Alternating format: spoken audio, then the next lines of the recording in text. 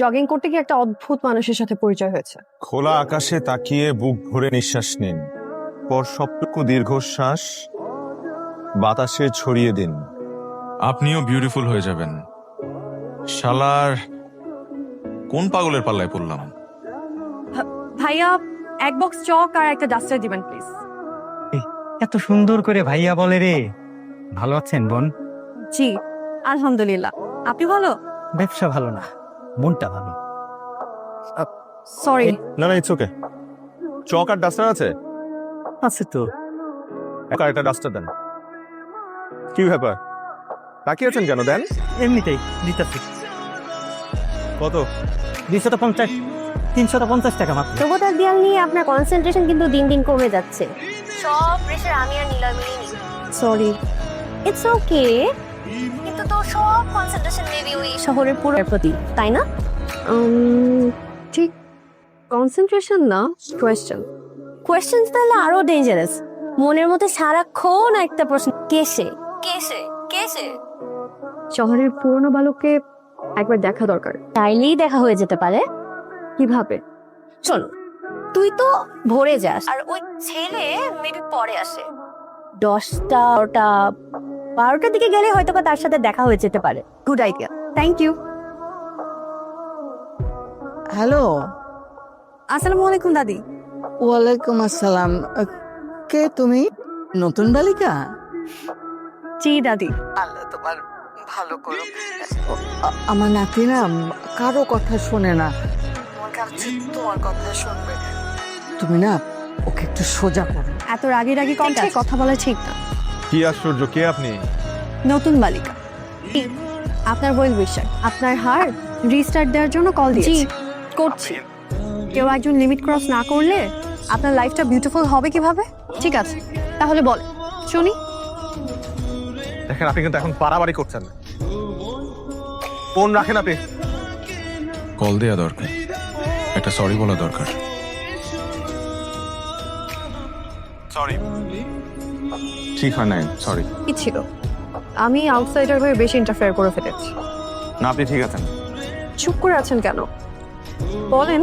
বলুন। আপনি ক্লাস 5-এ পড়েন, আপনার বাবা মারা গেল। আপনার কথা চিন্তা না করে আপনাকে ফেলে আরেকটা মানুষকে বিয়ে করে চলে গেল। তাকে কি আপনি মা বলবেন? সে কি সত্যিকারের মা? মা তো মনে হয় না। সে শুধুমাত্র একজন স্বার্থপর মানুষ, যে কিনা নিজের স্বার্থের কথা চিন্তা করে তার ছোট সন্তান তাকে ফেলে চলে। আপনি আমাকে বলেন, এই অভাগা সন্তান হয়ে আমার লাইফ কিভাবে এত বিউটিফুল হতে পারে? চুপ করে আছেন যে। আবার কি? দেখেন, নিজের মাকে এতটা বাজে ভাবে ঠিক হচ্ছে। হেই, আপনি আবারও স্টুপিডের মতো কথা বলছেন। আপনি কি কখনো সত্যিটা জানার চেষ্টা করেছেন? কেন আপনার মা এটা করেছে জানার চেষ্টা করেন। আমরা সবসময় সাদা চোখে যা দেখি তা সত্য হতে পারে। মন আর আবেগ দিয়ে নয়, মাথা খাটিয়ে চিন্তা করুন। একবার জানার চেষ্টা করেন আসল সত্যিটা কি। Please please please. তোর একটা কথা বলবা? সেই মানুষটা আমাকে জন্ম দিয়েছে, সেই মানুষটা কিভাবে পারলো আমাকে পেলে আরেকটা বিয়ে করে চলে যেতে? সেই কথাটি অনেকবার তোমাকে বলার চেষ্টা করেছি, তুমি শুনতে চাওনি। আমি বলবো, একটা বছর ভুল বুঝেছ। ভুল? হ্যাঁ, সে তোমাকে ফেলে রেখে বিয়ে করতে চায়নি। তোমার নানা নানি, আমি সবাই মিলে জোর করে বলতে গেলে একরকম বিয়ে দিয়েছি। ওকে আমি আমার নিজের পেটের মেয়ের বলে জানতাম। এতটা বছর তার প্রতি অন্যায় করেছ। বিয়ে করেছে একটা শর্ত দিয়ে, সেটা হলো যে বিয়ের পরে মা হবে না। তোমাকে তার জীবন দিয়ে ভালোবাসতো, ও ভালোবাসে। সে শুধু তোমার মা হয়েই থাকতে চায়। আর যে মানুষটা তাকে বিয়ে করেছে, সে শর্ত মেনেই বিয়ে করেছে। অনেক বড় মনের সে। সাব্বির, আমি কিছুর জন্য সরি। এগুলো বছর আমি তোমাকে কষ্ট দিয়েছি, এগুলো বছর আমি তোমাকে ভুল বুঝেছি। তোমাকে বলে ডাকি না, ধরি না।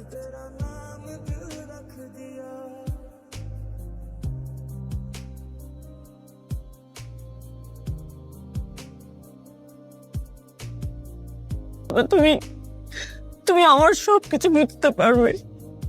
আমি জান লাইফে অনেক দুঃখের কান্না দেখেছি, কিন্তু সুখের কান্নাও যে দুঃখের কান্না থেকে বেশি আবেগী হতে পারে জানতাম না। হাই, আপনার সাথে কখনো ওইভাবে কথা হয় নাই। আচ্ছা, আমি আপনাকে ওই কি বলে রাখবো? Friend. I was wrong, you are right. জানো, মানে আমার মার সাথে আমার সম্পর্ক ঠিক হয়ে গেছে। আমরা কি দেখা করতে পারি? না করাই ভালো। কেন?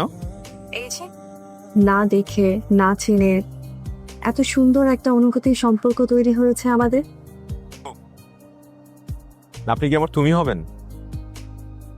তুমি দূর থেকেও তুমি আমার ভীষণ আপন। তা আমার মতো একজন অগোছালো ছেলের জীবনে তোমার মতো একজন আপনজনের ভীষণ প্রয়োজন। তুমি কি আমার পাশে থেকে আমার অগোছালো জীবনটা গুছিয়ে দেবে? থাকবো পাশে, ধরবো হাত তোমাকে গুছিয়ে।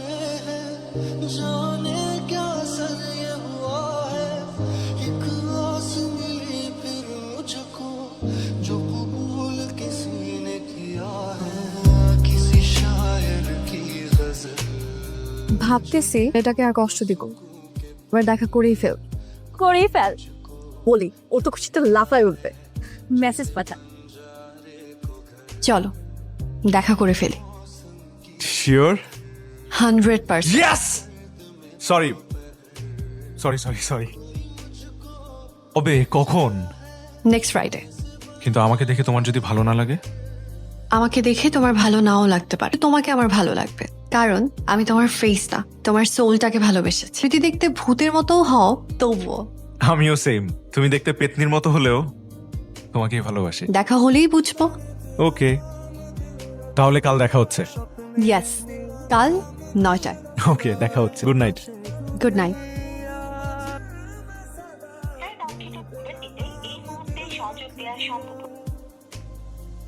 এলো না, কিন্তু কেন এলো না জানাতে পারতো, জানায়নি।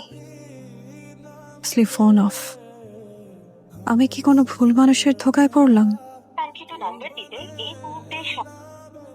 একটা মানুষ নিজে থেকে দেখা করতে চাইলো, তো এক্সাইটমেন্ট নিয়ে দেখা করতে আসলাম, কিন্তু তার কোনো খবর নাই। মুখে না বসে থেকে সাবিরকে একটা কল দে। আমি কেন কল করব? ও তো আসেইনি, একটা কলও দেয়নি, মেসেজও পাঠায়। মানুষের বিপদ আপদও হতে পারে। হ্যাঁ, ফোন দে।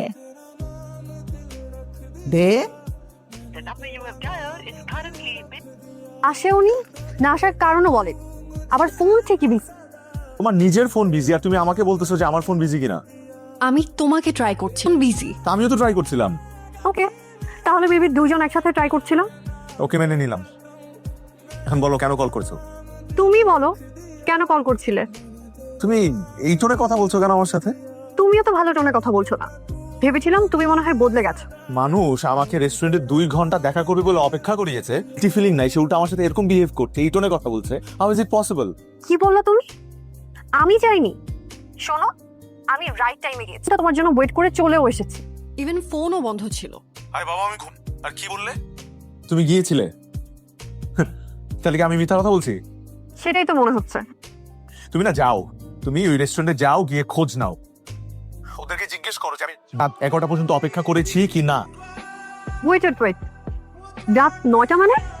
হ্যাঁ, রাত 9টা। তুমি তো আমাকে বললে দিকে যেতে। সাব্বির, আমি সকাল 9টায় যেতে বলেছি, রাত 9টা কেন যেতে বলবো? আমি গিয়েছি কারণ রাত 9টা আমার জন্য নর্মাল টাইম, আর সকাল 9টা আমার জন্য নর্মাল টাইম। ও মাই গড!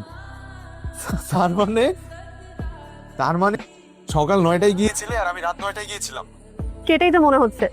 আমাদেরকে দেখা হবে না নাকি? মানে আমরা দেখা করবো কবে? আগেই নেক্সট ফ্রাইডে। নেক্সট ফ্রাইডে, ওকে লট। কই সকাল 9টা আর কই রাত 9টা, 12 ঘন্টার পার্থক্য। হ্যালো, হ্যালো, আমি রেডি। তুই? আমিও রেডি, বের হও। ওকে, দেখা হচ্ছে তাহলে, বাই। ওকে বাই, দেখা হচ্ছে।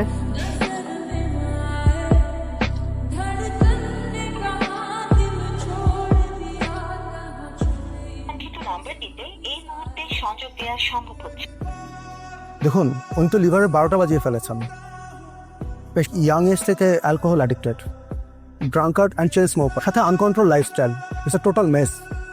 খারাপ কিছু? ডেফিনেটলি খারাপ কিছু তো বটেই। দাদু, মা, দাদি, আমার তো শুকনের সাথে দেখা করতে যেতে হবে। শোনেন, আপনি ইমার্জেন্সি পেশেন্ট, ব্যাপারটা কি আপনি বুঝতে পারছেন? আপনি আমার বিষয়টা বুঝতে। আপনি এখন আছেন বন্দি কারাগারে, আপনি তো কোথাও যাওয়া চলবে না। শুকনা আমার জন্য অপেক্ষা করছে, আমার যেতে হবে। আপনি আমাকে ছাড়েন, আমার যেতে হবে। তুমি শান্ত হও। আমি তো বললাম আমি সুকন্যাকে ম্যানেজ, তোমার দাদি। আমি কি ম্যাজিক কম জানি? Central hospital, cabin number 106।